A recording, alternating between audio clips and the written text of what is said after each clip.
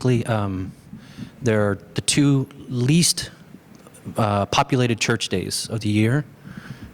You guys got a guess? Nobody? The second one is the first Sunday of summer, which I guess people are thinking vacations and school's out. And then the number one least visited or attended church day is the first Sunday after Christmas. Now, that's ironic, right? So take heart that you're a statistical anomaly this morning because you're here the first Sunday after Christmas.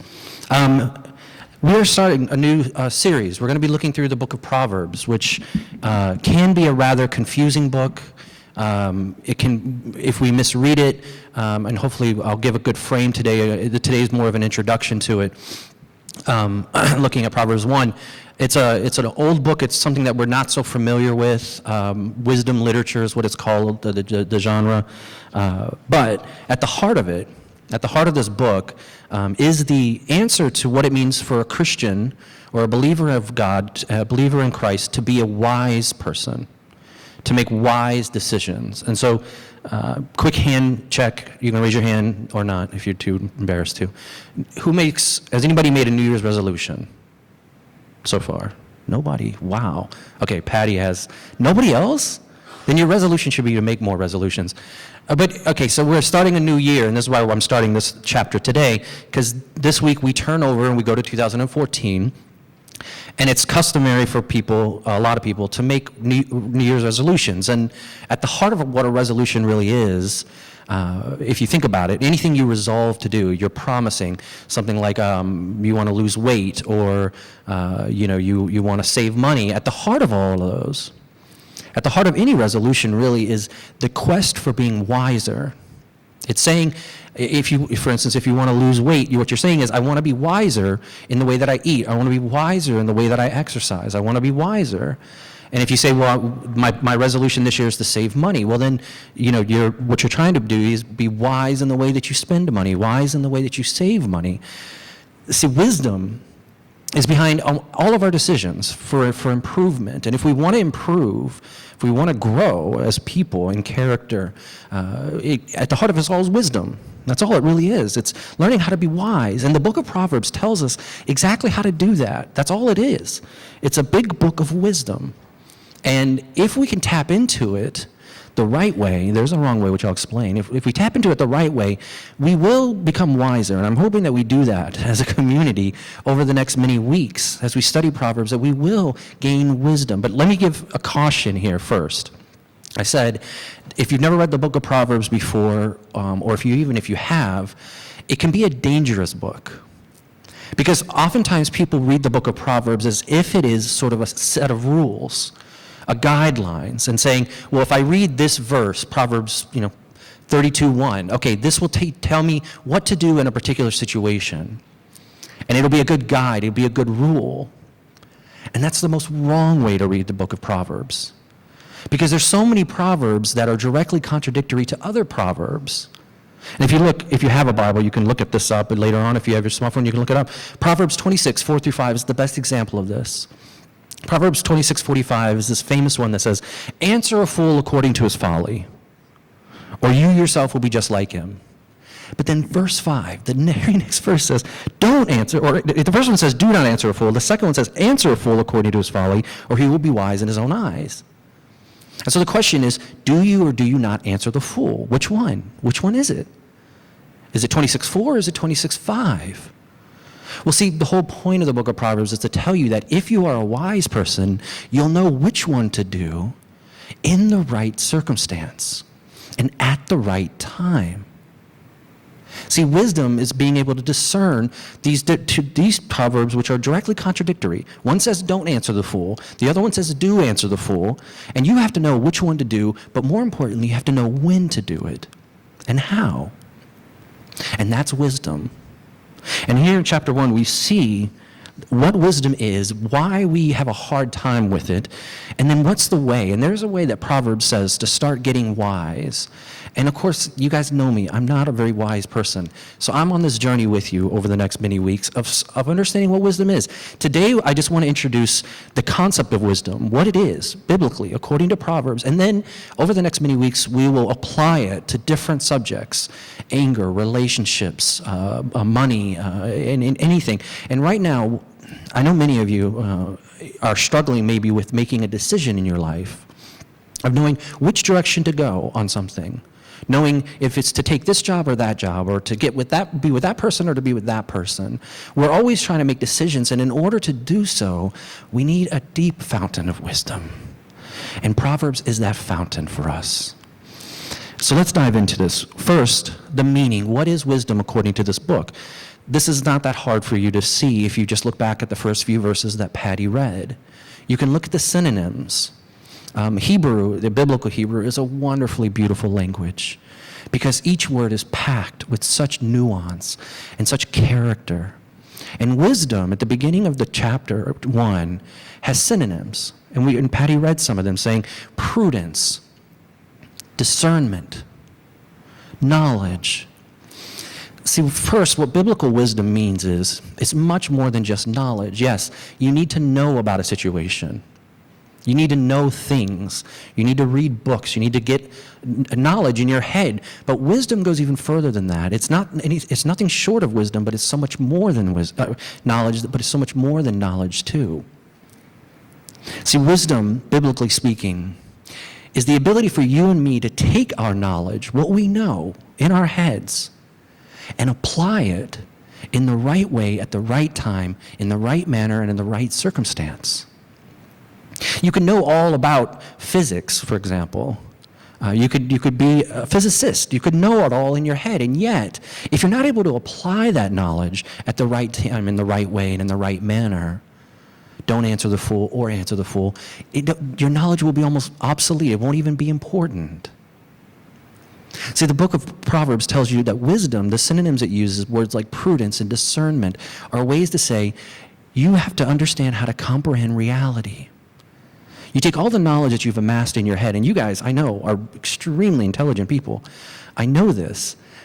But it goes so much even further than that, to take that knowledge and to apply it, to take the knowledge and to understand reality and therefore be able to make decisions, the right decisions. And verse 5, if you look at that, is even more interesting because it says, let the wise listen and add. A fundamental component to biblical wisdom is humility. It's saying, let the wise guy, the people who are already wise, let them listen, not just talk, but listen and add to their learning. See, biblical wisdom implies humility. Biblical wisdom says that you and I are wise when we can look at a situation and know which way to go. When we've so rooted ourselves in the Word of God, we've so rooted ourselves in a relationship with God that it becomes natural for us to make the right decision. Let's be very practical. If you had 2 jobs to pick from, and they were good jobs, and they're not doing anything illegal, and you came to your friendly local pastor and you said, which job should I take? And if I'm your friendly local pastor, I would say, either one. And you would probably be mad at me. But see, wisdom is, both of them are okay, but wisdom, you're going to know which one to take naturally if you are a wise person. Why? Because you're able to comprehend reality and know and discern and have prudence. Verse 5, I love it because it does imply that humility is a cornerstone in biblical wisdom. Being able to listen to others, being able to get criticism from other people, being able to take advice from other people, being able to listen to what they have to say about your life and you changing your life based upon that. That's wisdom. Knowing your limits, having humility. And it reminded me of the line of, this is how well prepared I am. Touchstone, that's his name. And As You Like It, when he's going back and forth with William, that famous Shakespeare line, I think I put it in your outline. The fool doth think he is wise, but the wise man knows himself to be a fool. See, Proverbs says the beginning of wisdom, to understand wisdom, to know what it is to know that you don't know everything. And you can listen, and you can add to your learning, and you can learn prudence and discernment. But here's the problem. And here's why the book of Proverbs says that you and I have such a hard time becoming wise people. And it comes in verse 22. And I'm going to explain what woman wisdom says here. And we'll get back to the woman wisdom part in a little bit. But she says something very interesting about the people who refuse or cannot become wise. And if we're honest with ourselves, remember, we're supposed to be very honest as a community together, we will fit into one of these three categories. I'm going to explain what these words mean, but then I'm going to add color to them and do some psychoanalysis a little bit this morning of myself and maybe you as well. Here, she says in verse 22, there's the simple. These are the people who can't be wise, who refuse to be wise, who are not going to be wise. And this is just you and me. She says there's the simple, there are the mockers, and there's the fools. Now, I said before, biblical Hebrew is such a beautiful language because these words are so rich with meaning. They almost sound similar in the Hebrew, a couple of them. But these three words, simple, mockers, and fools, contain within such a beautiful nuance. And let me explain that. When she says the simple, how long will you be simple and remain in your simple ways? Simple here, and if you're younger than I am today, you're probably going to be offended at this. This Hebrew word implies young people. It implies people who are naive, people who are immature, and it's actually a word that's most commonly used for the youth. People, if you think about it this way, people who tend to, and this is when you're younger, you tend to see only one way. You see only one path in your life. You see only one way. It's got to be this way. There's no other variables. There's no other multitude of options. It's only one way. It's only one way. And you insist on that one way. And this word simple is for those people who are naive, who are immature. But then the next word, mockers. And this word, I know you may not consider yourself a mocker this morning, so let me define what this word means, what she's using. She says mockers can't be wise. Why? This word means something to the effect of, you hear advice from somebody, and I know you've done this, I've done this, and you say, oh, thanks. But really? Who are you to tell me what to do? You ever done that? That's what this word means. That's the best way to explain it, is somebody who gets advice and not only says, thanks, sarcastically, I don't really need your advice, but then also says, who are you to tell me what to do? What do you know? And I can tell you, being a parent, I do this all the time for people who don't have kids. And I say, oh, thanks for the advice. My kids should be quiet, thank you. But what do you know? You don't know anything. See, mockers not only refuse criticism, but they actually then criticize the criticizer. They go after that person, and therefore they're blocked from being wise. So there's the simple, there's the mockers, and there's the fool. And the fool, it's more of a general Hebrew word, but most often what it's used in ancient Hebrew, it's used as a way to say, I guess, somebody who's wise in their own eyes. And I know you know people in your life like this. Somebody who cannot take criticism, cannot take advice, cannot take guidance, cannot get wisdom from other people because they just know it all. And they don't say, I know it all, but they'll say something like, I think I'm okay. Thanks. Thanks for the advice, but I think I got this one. I got it. And so see, woman wisdom in Proverbs 1 says, if you and I fall into one of these three categories, and I guarantee we do at any given time, if we're one of the simple or the mockers or the fools, we're going to shun wisdom. We're not going to become wise people. We block the path to wisdom. Here. And now I said I was going to do some psychology work with you this morning. And I know it's cold and it's a nice cold morning and you didn't want to do psychology on Sunday morning, but we got to break it apart here. Because if you don't consider yourself a simple person or a mocker or a fool, let me turn it a little bit and look at it a little differently. And as a note, what I'm about to do, I swear, like once or twice a month, I get somebody coming up to me and going, you know that thing you said in the sermon? I know you were talking about me. I know it. You were talking about me, weren't you? And I'm here to say, no, I really am not. I'm not ever talking about any one of you. I don't stand up here trying to needle at one of you guys or something like that. If I do, and if what I'm about to do in terms of psychoanalyzing you and me, if it like gets you a needle in the side, it's blame the Holy Spirit, not me, okay? I'm not doing it on purpose. I guarantee you. I empty my brain of everything before I preach these messages. But here, there was a guy, Jerome Kagan. He's one of the most famous I guess they call it developmental psychology now. child psychologist, a Harvard guy, did amazing work in studying children. And of course, when they got older, and their patterns.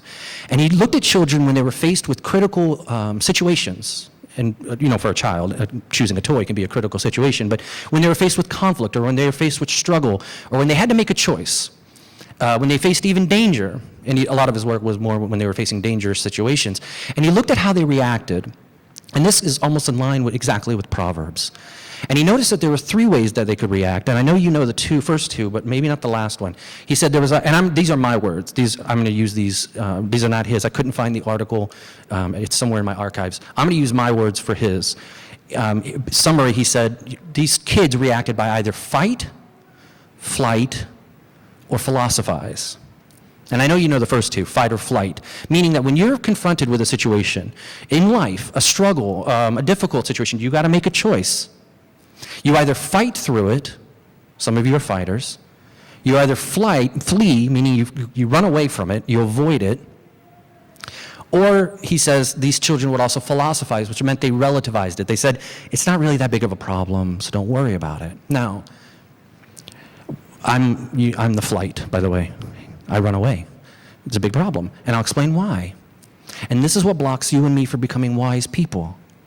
Because what Kagan noticed is that the kids were wired to do, almost always, to do the same thing. Either fight, or flee, or philosophize it. Always. It was almost like they were hardwired to do it. And he saw that as they got older, if they didn't become wise people, he didn't use that word, but if they didn't get criticism, if they didn't change, they were the same way. Even as adults, they would either fight, flee, or philosophize. Now, why is that a problem? Here's why. It's because if you're a fighter, for example, I'll use myself, so that way I'm not psychoanalyzing you guys. I'll use myself. I'm a flight guy. Okay, if I'm a flight guy, now, if I'm in a dangerous situation, like the long time ago when my wife and I were mugged at gunpoint coming home from a date night, 2 guys pointed guns at me to take my wallet. Okay, that's a very dangerous situation. Now, I didn't run, but I did the next best thing. I gave them everything I had. I didn't fight. To fight would have been stupid in that case. It would have been suicide. It would have been a moronic thing to do, but rather flight, meaning give them everything they want to be passive, was the best thing to do in that time. But that's when the danger is severe. What if the danger is not so severe? What if there's just a little bit of conflict and I flee? That's the most wrong response to it. I need to stay and fight through it because the danger's small. You see, our reaction to things, the way we're hardwired, in situations of conflict, in situations of difficult circumstances, when we don't know what to do, if you're wired to fight, that's a good reaction when the danger's small. It's a stupid reaction when the danger is grave. If you're wired to flee, that's a wise reaction when the danger's great. But when the danger's small, that's stupid. That's running away from the problem. And the philosophizers, the ones who say, it's not that bad of a problem, that too is a good way to live if it isn't really a problem. If you have a difficult circumstance and you say it's not really that difficult, what are you doing? You're just brushing it under the rug. See, what Kagan noticed in all of his psychology work is the way you and I are wired to almost always react to life's difficult circumstances keeps us from being wise people, because you can't fight all the time in every difficult circumstances, and you can't flee all the time in every difficult circumstance, and you can't philosophize. You've got to know what to do and when to do it and how to do it. Sometimes fight, sometimes flight, sometimes philosophize. And only wisdom gets you there, but the problem that you and I have is that we're wired the wrong way. We're wired to, more often than not, always do either one of those 3 things. That's the problem. Now, how do we get this wisdom? What's the way? If you want to stop today being a fighter all the time, or a fleer all the time, or a philosophizer all the time, when it comes to life's difficult circumstances, the book of Proverbs gives you a wonderful answer to how to begin. And it comes in verse 7, and it's one of the more misunderstood verses of all the Bible, though probably one of the most famous. And of course, verse 7 says, the fear of the Lord is the beginning of knowledge, and you should know knowledge is, in this case, not just head knowledge. That word is a synonym to wisdom. So in essence, fearing the Lord is the pathway to wisdom. It's the beginning. Now, a lot of people have trouble with that passage. Fear of the Lord. They say, well, wait a second. I have to be in fear that he's going to smite me or kill me or something like that? That's absurd. And yes, it is absurd because that's not the way this word is used. In the Bible, there are two types of fears. There's a negative fear, and that's John talks about perfect love, casting out all fear. There's a negative fear, but there's also a positive fear. And what do I mean by that? I wish I had more time to unpack it here. I'll give you an illustration for each quickly. Negative fear. Okay. If you're standing here and some big guy, big, hairy, scary guy comes in, and the big, hairy, scary guy walks up to you, and you've never seen the big, hairy, scary guy before, and the big, hairy, scary guy punches you in the face, and you fall down and you get knocked out, and the big, hairy, scary guy leaves, and a day later when you wake up, the big, hairy, scary guy comes back again, you're going to have fear, I think. But that'll be a negative fear. It's justifiable. Why? Because the big, hairy, scary guy has done nothing to show you that you can trust him, right? The big, hairy, scary guy, in essence, has lost your trust. And therefore, you have a negative fear of him. You fear the consequences. You fear the retribution. You fear his pain. And to be honest, many of us live our lives in relationship to God in this way. Negative fear because of the thing that maybe we feel he left us, or he knocked us down, or he's not there when we call to him. See, that's negative fear, and that's not what this word means. This word is positive fear.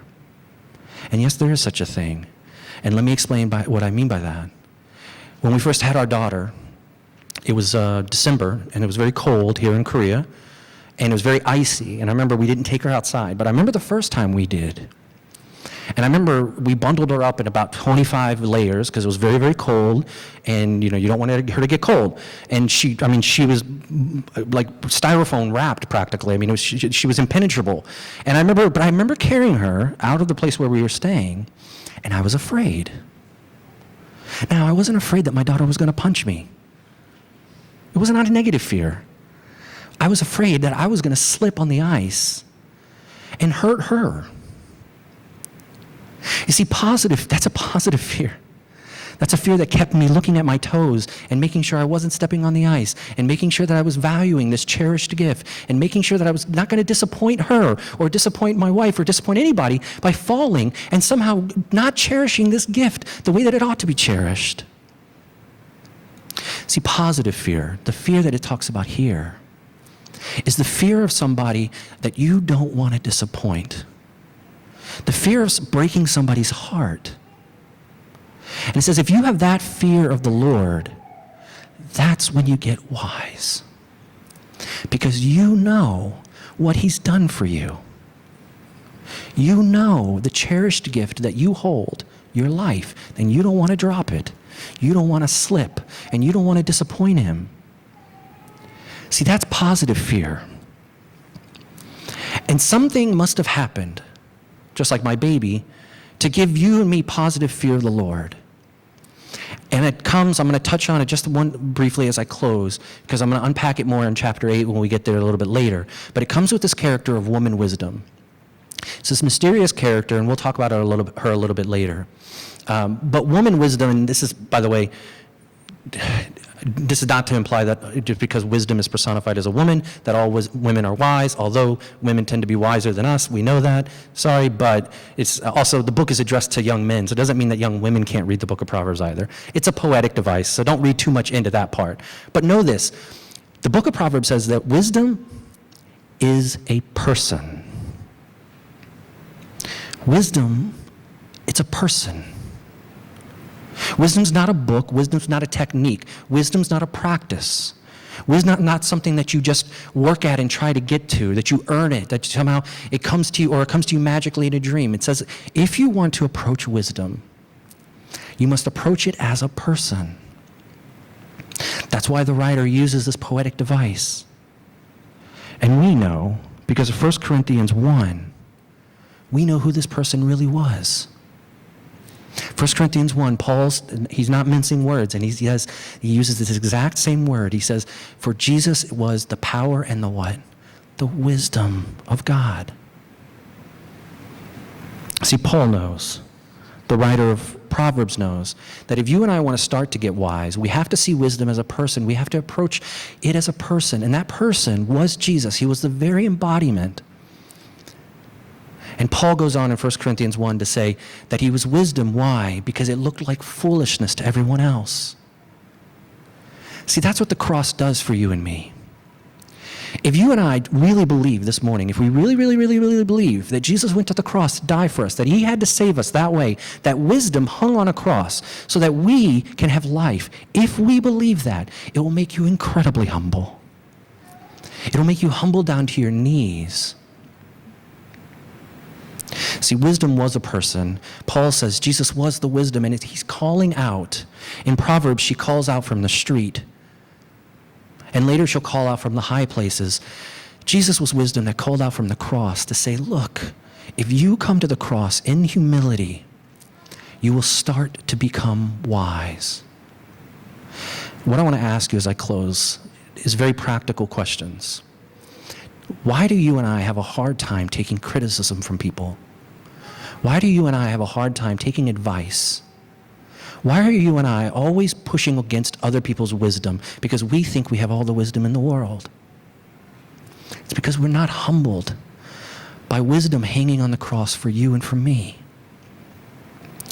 If that's the truth, that Jesus was the very wisdom of God, and he spoke, and he's calling out to you today, then you're going to take these elements in a little bit in a whole new light.